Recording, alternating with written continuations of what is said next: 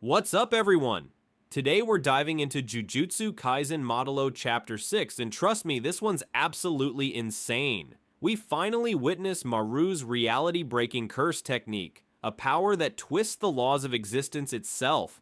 And of course, the return of Yuji Itadori, the legend who once shook the Jujutsu world to its core. We begin right where we left off. The old sorcerer, confused and injured, lifts his hat trying to make sense of the chaos around him.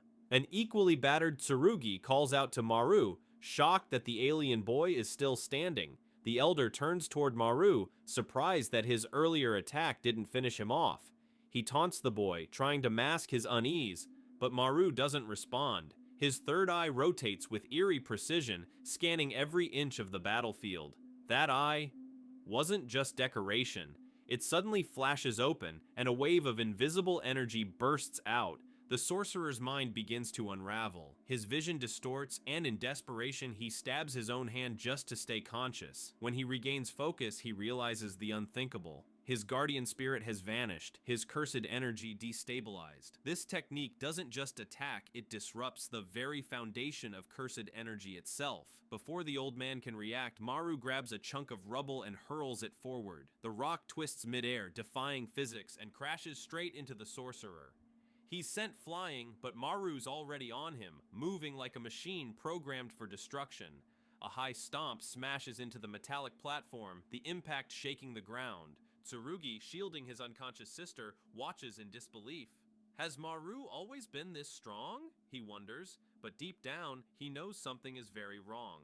The elder stumbles back into the school gym, realizing his biggest mistake, not finishing this boy when he had the chance. Now Maru advances like an emotionless Terminator, his third eye glowing, ready to erase everything in front of him. Meanwhile, from a rooftop nearby, Cross, Maru's brother, observes quietly.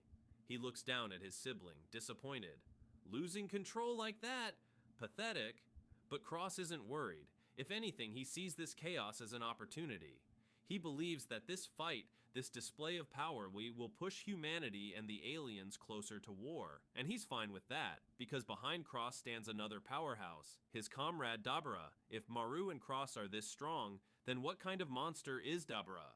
Back inside, basketballs and volleyballs float weightlessly around Maru. The sorcerer watches in horror. Is this gravity reversal? Some kind of field manipulation? But as the air warps around him, he realizes this isn't jujutsu anymore. This is something beyond human comprehension. The clock on the wall spins wildly, the hands rotating backward. A scale cracks, unable to measure the power before it. And then, from somewhere unseen, a countdown begins.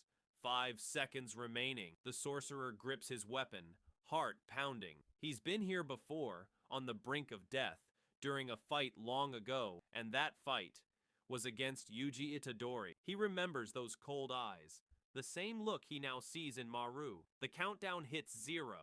Maru dashes forward. The old man dodges by a hair's breadth as Maru's kick splits the air and sends debris flying. The elder strikes back with his needle weapon, but Maru's third eye doesn't even blink. He catches the weapon between 2 fingers and drives a kick straight to the sorcerer's chest. Blood spray. The old man stumbles, and suddenly the floating volleyballs around him ignite and explode. He's blown backward, but manages to stab the floor, anchoring himself. Then, whack! Another volleyball smashes into his head, followed by a flurry of punches that send him crashing through the gym wall and into the school pool. Water splashes everywhere, but before he can surface, the water starts boiling. The sorcerer barely leaps out before being cooked alive. Yet as he gasps for air, Maru clenches his fist. In an instant, the boiling water freezes solid, encasing him in ice. Maru rises, ready to finish it, and in that moment the elder understands. Maru's cursed technique isn't about one element or ability, it's the collapse of logic itself. The power of incomprehensibility. Just before Maru's final strike lands, Tsurugi dives in, sword first, blocking the blow. The impact launches both fighters across the ground. Panting and injured, Tsurugi pleads, "Stop, Maru!" But then he sees it. Maru's eyes are empty. He's unconscious. His body is moving on pure instinct, guided by that terrifying power. From his vantage point, Cross smirks. Every move his brother makes drags the world closer to war, a war Cross wants. But Tsurugi won't allow it. If Maru kills a human now, the entire planet will burn. Cross gives his silent command. Maru, finish him, but Tsurugi refuses to back down. He remembers Maru's words about wanting peace, about wanting to live as neighbors instead of enemies. He shouts, "Wake up, Maru! You're not like this." Instead, Maru's third eye flares again, releasing a storm of raw energy. Tsurugi braces himself, blood trickling from his nose, screaming over the chaos. "We're neighbors, remember? You're my friend!" And for a second, something changes. Cross, watching silently, flinches. Those words, they reach him. He teleports in front of Maru, placing a hand on his brother's shoulder.